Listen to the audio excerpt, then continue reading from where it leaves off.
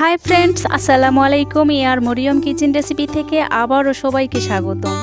আজকে তৈরি করে দেখাবো সিদ্ধ মশালা ভুট্টা। এই রেসিপি যেমন টেস্টি ঠিক তেমনই টেস্টি। সন্ধ্যাবেলা নাস্তা খাবারের জন্য দারুণ টেস্টি মজাদার একটা রেসিপি। চলুন তৈরি করে ফেলি। আজকের রেসিপি সিদ্ধ মশালার ভুট্টা তৈরি করতে এখানে নিয়েছি দুটি ভুট্টা। প্রথমত ভুট্টা দুটা ছিলে নিব। আমি চেয়েছিলাম ভুট্টা দানাগুলি যেন অনেকটা নরম হয়, কিন্তু অনেক খুঁজেও পেলাম না। অনেকটাই শক্ত হয়েছে, ভুট্টা পেকে গেছে। আপনারা চেষ্টা করবেন যেন ভুট্টাটা নরম হয়, তাহলে হয় কি ভুট্টা অনেক মিষ্টি হয়, খেতে অনেক টেস্টি মনে হয়। অনেকে আছে ভুট্টা দানা ছাড়ানো ঝামেলার কাজ মনে করে, কিন্তু এটি কিন্তু একটা ইজি কাজ। আমি একটি চামিচ দিয়ে আপনাদেরকে দেখিয়ে দিচ্ছি কিভাবে খুবই সহজে ভুট্টা দানাগুলি ছাড়িয়ে নেওয়া যায়। প্রথমে একটি লাইন চেপে চেপে খুলে নিচ্ছি। একটি লাইন খুলে নিলে খুবই সহজ হয়ে যাবে বাকি ভুট্টা ছাড়ানো। ভুট্টা যত কচি নরম হবে তত মিষ্টি এবং টেস্টি লাগবে। একটি লাইন খোলা হয়ে গেলে দেখেন, একটি লাইন খুলে নেওয়ার পর কিন্তু বাকি লাইনগুলো চাপ দিলেই খুলে যাচ্ছে। এভাবে হাতে চাপ দিলেই কিন্তু খুলে যাচ্ছে। অনেকে আছেন ভাবতে পারেন যে ভুট্টা আবার রেসিপি হয় নাকি। আপনারা একবার হলো ট্রাই করে দেখবেন, একবার খেলে কিন্তু ঠিকই বারবার তৈরি করে খেতে যাবেন। ভুট্টা দানা ছাড়ানো হয়ে গেছে। ভুট্টা মশলা তৈরি করার জন্য যা উপকরণ লাগে আমি এখানে নিয়ে নিয়েছি শসা কুচি, নিয়ে নিয়েছি ধনেপাতা কুচি, নিয়ে নিয়েছি পেঁয়াজ কুচি, নিয়ে নিয়েছি কাঁচামরিচ কুচি, নিয়ে নিয়েছি টমেটো কুচি, নিয়ে নিয়েছি পাঁচফোড়ন আর গোলমরিচের গুঁড়ো। এখন আমি একটি চুলাতে কড়াইয়ে বসিয়ে ভুট্টা দানাটা সিদ্ধ করে নেব। তার জন্য কড়াইতে পানি দিয়ে নিলাম। পানিটা গরম হয়ে আসলে দিয়ে দিব ভুট্টা দানা। ভুট্টা দানাগুলি ভালো করে সিদ্ধ করে নিতে হবে, যেন শক্ত ভাব না থাকে। এখন একটু দিয়ে দিছি স্বাদ মতো লবণ দিয়ে একটু নেড়ে চেড়ে দিয়ে ঢেকে দিয়ে সিদ্ধ করে নিব 20 মিনিটের জন্য। মিডিয়াম আঁচে 20 মিনিটের জন্য সিদ্ধ করে নিতে হবে। 20 মিনিট পর চলে আসলাম, দেখব কতটুকু সিদ্ধ হয়েছে। আর হ্যাঁ, এর মাঝখানে আমি 2 থেকে 3 বার নেড়ে দিয়েছি। ভুট্টা কিন্তু সিদ্ধ হয়ে গেছে।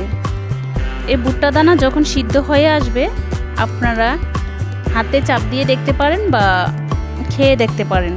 এখন আমি একটি ছাঁকনিতে ছেঁকে নিব। এখনও যারা আমার চ্যানেলটিকে সাবস্ক্রাইব করেননি, আপনারা অবশ্যই আমার চ্যানেলটিকে সাবস্ক্রাইব করবেন। ভুট্টা দানাগুলি ছেঁকে নিয়ে পানিটা ঝরিয়ে নিয়ে সেম কড়াইয়া আবার বসিয়ে দিব চুলাতে বসিয়ে কড়াইয়া গরম হয়ে আসলে দিয়ে দিব সরষের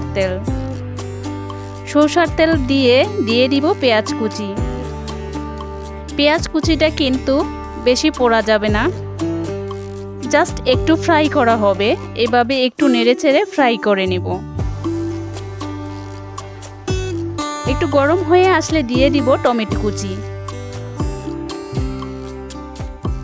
দিয়ে দিব কাঁচামরিচ কুচি, আবার একটু নেড়ে দেব।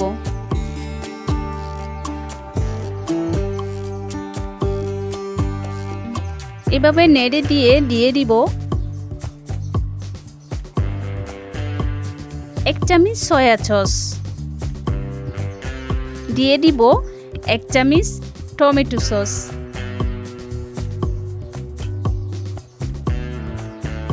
এই টমেটো সস আর সয়া সস দেওয়ার কারণ হচ্ছে আপনার ভুট্টা মশলাটাকে অনেকটাই টেস্টি বাড়াবে।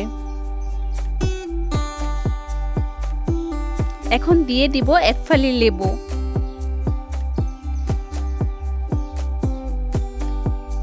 লেবুর রসটা চেপে চেপে দিয়ে দিব। দিয়ে দিব ভুট্টা দানাগুলো। এই ভুট্টা দানাগুলো দিয়ে একটু ভালোভাবে নেড়েচেড়ে মিশিয়ে নিব। এই ভুট্টায় কিন্তু অনেক গুণাগুণ রয়েছে। আমরা প্রায় সময় দেখি চায়নারা কিন্তু এই ভুট্টা সিদ্ধ করে বেশি খায়। এখন আমি দিয়ে দিব 1 চা চামচ গোলমরিচের গুঁড়ো,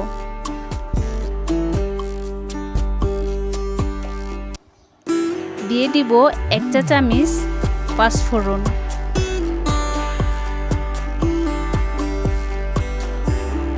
এখন আবারও ভালোভাবে মিশিয়ে নিব। একটু মিশিয়ে নেওয়ার পর দিয়ে দিব আগের থেকে শসা কুচি। আমি কিন্তু এই মুহূর্তে চুলা অফ করে দিয়েছি। এখন শসা কুচি দিয়ে নিচ্ছি। দিয়ে দিব টমেটো কুচি, দিয়ে দিচ্ছি কাঁচামরিচ কুচি, দিয়ে দিব ধনেপাতা কুচি, দিয়ে দিব পেঁয়াজ কুচি। সব উপকরণ একসাথে দিয়ে এখন আমি ভালো করে মিশিয়ে নিব। এই সিদ্ধ ভুট্টা মশলার রেসিপিটা একদম বিকেলে নাস্তার জন্য পারফেক্ট। গ্রান এত সুন্দর আসছে, মনে হচ্ছে যেন চটপটি বা হালিমের গ্রান আসছে।